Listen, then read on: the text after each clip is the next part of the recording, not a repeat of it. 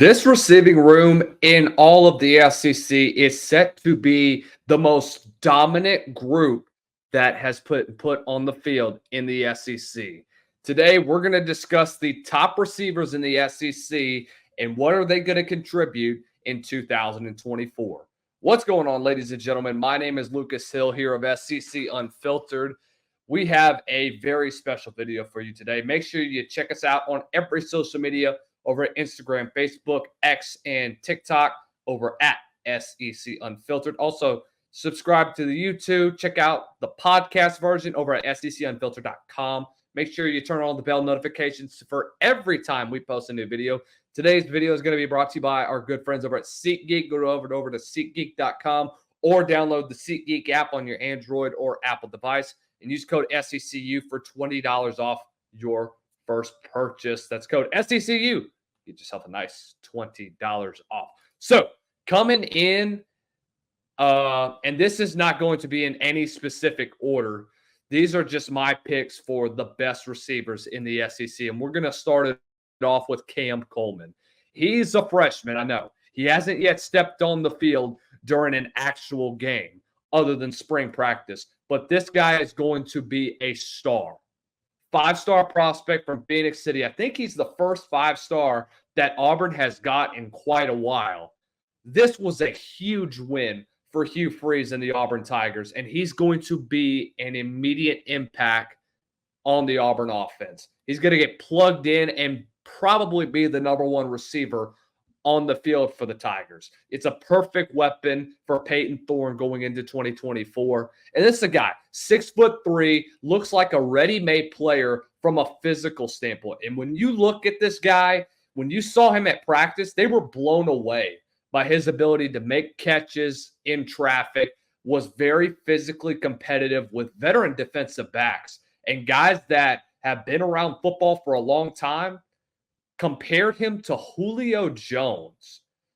So is it too early to call this guy a top receiver when he hasn't played a down in the SEC yet? We may not know. But from an initial observation of him during spring game, it's obvious to see why he'll be a top receiver on this list. And then coming up next, we got Andrew Armstrong. Now, I did do a video about him and why I think he's going to be the most underrated receiver in all of the SEC. You can check that out over at our SEC Unfiltered YouTube page. But this is a guy that I got to witness firsthand whenever he was at Texas A&M Commerce, and I compared him to Randy Moss. This is a guy that has unbelievable get up on him. He can jump. This guy is a go-getter whenever he gets one-on-one opportunities. If it's a 50-50 ball up in the air, you can guarantee he's going to come down with it every single time. He was an island for the Razorbacks last year, 764 receiving yards, 5 touchdowns. The rest of the Razorbacks combined for 802 yards to 10 touchdowns. He needed help on the outside, but didn't even get it. That's a big reason why Arkansas struggled last year, and that's why their offense was so inefficient. So with a brand new quarterback coming in Taylor Green, it doesn't really upgrade in the passing efficiency, but you do give Green a big physical target on the outside. He's a guy that is going to be a long strider, and it's something that Taylor Green didn't have at Boise State. But with Armstrong coming in as the go-to number one receiver in 2024, you can guarantee his worries are going to dissipate once the season gets started.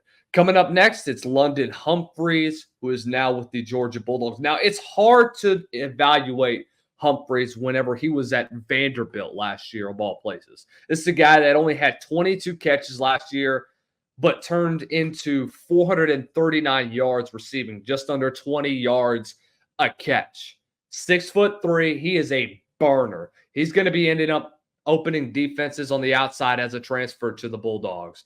He's a guy that I think can really replace a guy like Ladd McConkey, who is a bit smaller than Humphreys, but still has a lot of talent. Kind of has the same traits as him. He's a burner on the outside, and when you get him on one-on-one situations, you can guarantee he's an excellent route runner and completes the perfect package, and he's an excellent complement to Dominic Lovett. Now, in addition as well, he should be an upgrade on outside weapon Marcus Rosemy-Jackson. So if he can fulfill that promise, the Bulldogs are going to have another problem just for defenses to solve. Not to mention all that, you also have Oscar Delp at that tight end position that is going to really help the Bulldogs offense really elevate this year. And with a quarterback that is much better than what Vanderbilt had last year in a Heisman Trophy candidate in Carson Beck, you can guarantee his numbers are going to go well up, more than 20 catches and more than 400 yards plus. Now, coming up next, we got Squirl White. So the Tennessee offense didn't take off like we expected in 2023 when Joe Milton led the attack. And I expected that too. I saw how Joe Milton was whenever he was at Michigan and how he was at the start whenever he was at Tennessee. That's why he didn't win the starting job whenever he and Joe Milton came in, or whenever he and Hendon Hooker came in, excuse me. So the Volunteers have a big young star in Nico Iamaleava. And this passing game is going to return what is expected with Josh Heupel leading this offense. To me, this is arguably the best receiving core in the SEC. It starts with Squirrel White. You have Brew McCoy that should be coming back better after his ankle injury last year. And you also get a burner in Chris Brazzell from Tulane. Now, Squirrel White didn't have the breakout season that many people expected. Did well during his freshman year. Had over 400-plus yards receiving, but only ended up with only 800 last year. Did do well when he led the Vols in receptions and yards. But when you have a better quarterback under center and you have another year of experience, he's going to have a standout all-SEC-type season that could relate and turn into a Biletnikoff Award season like we saw with Jalen Hyatt 2 years ago. Coming up next is Kyron Lacy, a guy that was the third option in last year's LSU offense with obviously Malik Neighbors and Brian Thomas, who are now leaving, as well as Heisman Trophy winner Jaden Daniels, who is now with the Commanders. It's very inaccurate to say that the Tigers are going to lose all of those guys and not miss a meet. That's just ludicrous. That would never happen. You obviously are going to see them struggle a good bit, especially in the passing department at the start of the year. But you were going to have a guy in Kyron Lacy who knows what he's doing. He's learned under these guys. He's learned under many stars like them. So they have not just him. You got a pair of first-round offensive linemen in Will Campbell and Emory Jones.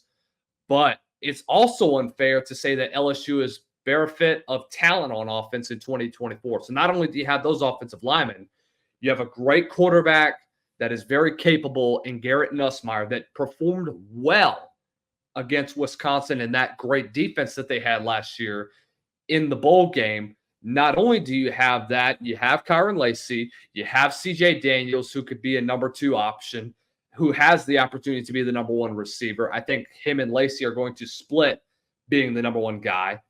Will they be an explosive 1-2 punch like Neighbors and Thomas was last year? Probably not. But it will take some time for them to develop, just like those two guys developed as the season went on last year. Coming up, I got Juice Wells. Now, for Ole Miss, they have to worry a bit.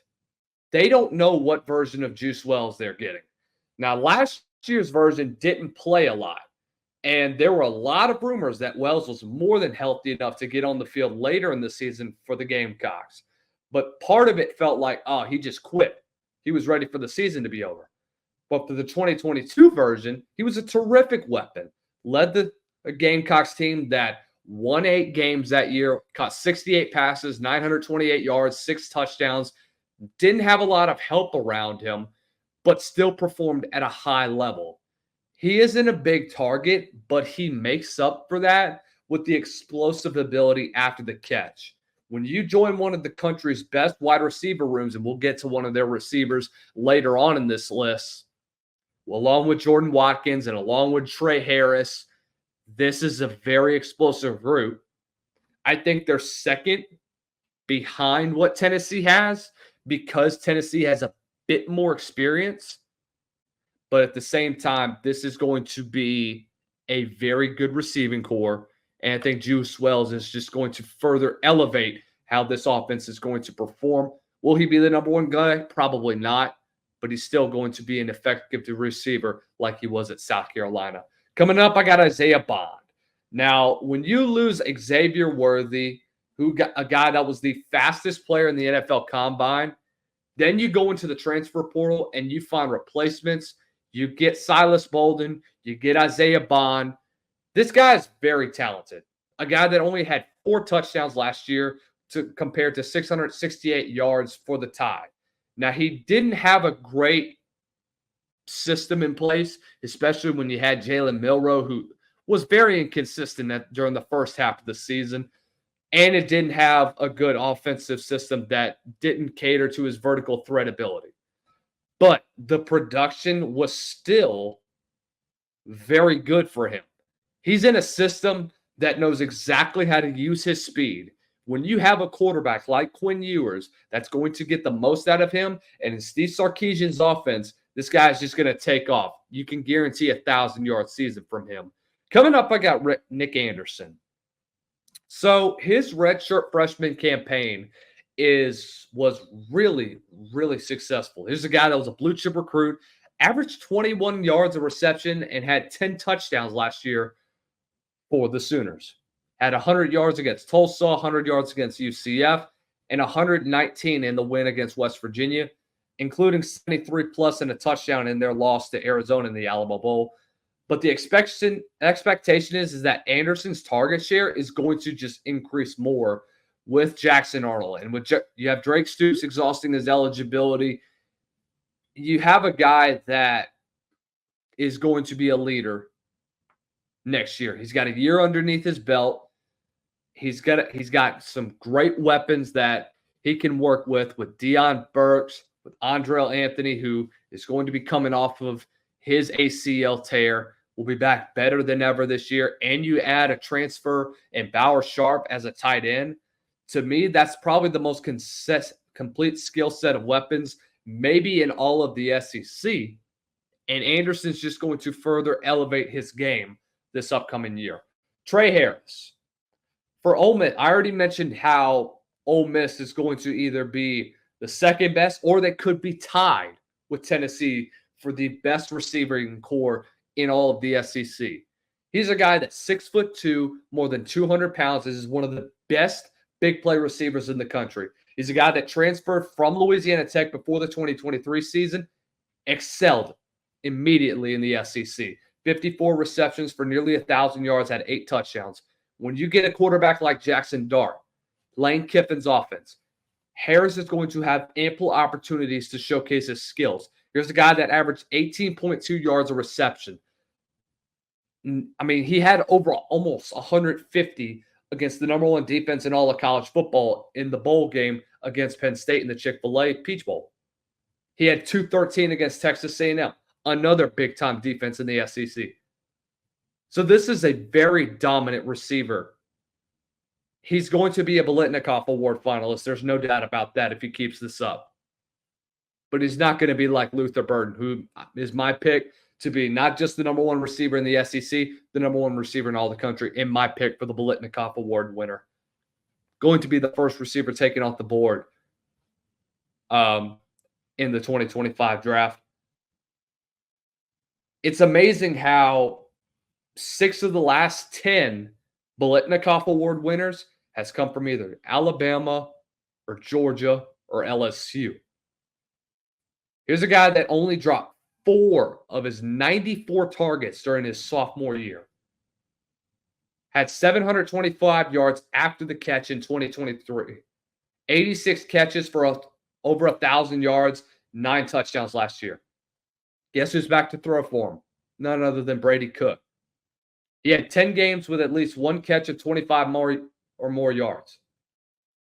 He has footwork that is undeniably, to me, compared to Chad Johnson's footwork, and he has the downhill ability of an Amari Cooper. I compared him to that in another video in which I compared him to Amari Cooper, and there's no question in my mind why he's going to be the best receiver in the SEC because of his ability to run after catch, He's a very physical receiver.